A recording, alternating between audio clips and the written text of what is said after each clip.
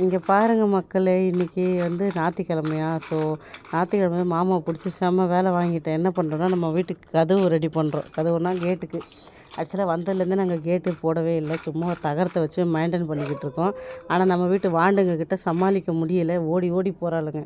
இன்றைக்கி மாமாவை பிடிச்சி இடுப்பெலும்பை கழட்டி எடுத்துட்டேன். பார்க்குறப்போ சாதாரணமாக தெரியுது பாருங்கள். இந்த இந்த கதவு இது பேர் நான் சொல்கிறேன் மெஷ்ஷா. அதை வாங்கி அப்புறம் இது பேர் என்னதுமா, இந்த உட்டு பேர் ரன்னர் பீஸுங்க. ஆனால் உண்மையிலே பெரிய மனசு தெரியுங்களா, ரன்னர் பீஸ் வாங்குகிற இடத்துக்கு போனாங்க. ஏன்னா அவர் காசே வேணான்ட்டாங்கங்க. நாங்கள் வந்து கொடுத்தோம். எங்கள் மாம்சு வந்து சும்மாலாம் வாங்க மாட்டாரா, ஸோ அதனால் கொடுத்தோம். அவங்க வாங்கவே மாட்டேன்ட்டார். அப்புறம் சொன்னாங்க, 50 ரூபா வச்சும் வாங்கிக்கோங்க, டீ குடிக்க வச்சும் வாங்கிக்கோங்கண்ணா அப்படின்னு. வாங்காமல் கொடுத்தா எங்களுக்கு மனசு கஷ்டமாக இருக்குன்னு சொல்லி 50 ரூபா பிடிவாதமாக கொடுத்துட்டு வந்தோம். நாங்கள் எனக்கே ஆச்சரியமாக இருக்குங்க. சில இடத்துல பார்த்திங்கன்னா கிழிஞ்சு போன கோணிக்கு இவ்வளோ ஏங்க. ஒரு வாட்டி ரேஷன் கடையில் அரிசி பருப்பு வாங்க போகும்போது கவர் இல்லை. என்னாச்சு டாடி? அச்சோ பார்த்து செய்யலாம்ல. அரிசி பருப்பு வாங்க போகும்போது கவர் எடுத்துகிட்டு போகாத போயிட்டேன், சர்க்கரைக்கு பருப்புக்கு எதுக்கோ. அப்போ போய் ஒரு கடையில் கேட்டதுக்கு ஒரு கவர் வெறும் சின்ன பிளாஸ்டிக் கவருக்கு 2 ரூபா கேட்டாங்கங்க.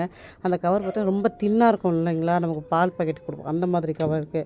அப்போ 2 ரூபா வாங்கினாங்க. நான் ஒரு கவர் தாங்காதுன்னு 2 கவர் வாங்கி 4 ரூபாய்க்கு வாங்கிட்டு வந்தேன். அப்படி இருக்கும்போது இந்த உட்டு பீஸுக்கு வந்து அவங்க காசு வாங்காது எவ்வளோ பெரிய விஷயம் தெரியுங்களா. என்ன சொல்ல வரேன்னா, இருக்காங்க சிலர் தூக்கி போடுற பொருளாக இருந்தாலும் அது இன்னொருத்தவங்களுக்கு உபயோகமாக படுத்துட்டோம் பரவாயில்லன்னு சொல்லி கொடுக்க மனசு இருக்குது. ஆனால் ஒரு சிலர் பாருங்களேன், கிழிஞ்சு போன குப்பையில் போடுற பொருளாக இருந்தாலும் குப்பையுமே நாங்கள் காசு தான் பார்ப்போன்னு இருக்கிறவங்களும் இருக்காங்க. நல்ல மனுஷாலங்க நிறைய பேர் இருக்காங்கங்க. உங்களுக்கு தெரிஞ்ச நல்ல மனுஷால் உங்கள் வாழ்க்கையில் யாரை நீங்கள் கடந்திருக்கீங்கன்றதை மறக்காமல் எனக்கு கமெண்டில் சொல்லுங்கள். எதுக்கு இதை கேட்குறேன்னா, அட்லீஸ்ட்டு இன்னும் நிறைய பேர் இறக்கத்தோடு இருக்காங்கன்னுட்டு அந்த கமெண்ட்ஸை பார்க்குறவங்க தெரிஞ்சுக்குவாங்கள்ல. ஸோ அதனால தான் நான் சொன்னேன். வீடியோ பிடிச்சிருந்தா மறக்காமல் லைக் அண்ட் சப்போர்ட் பண்ணுங்கள்.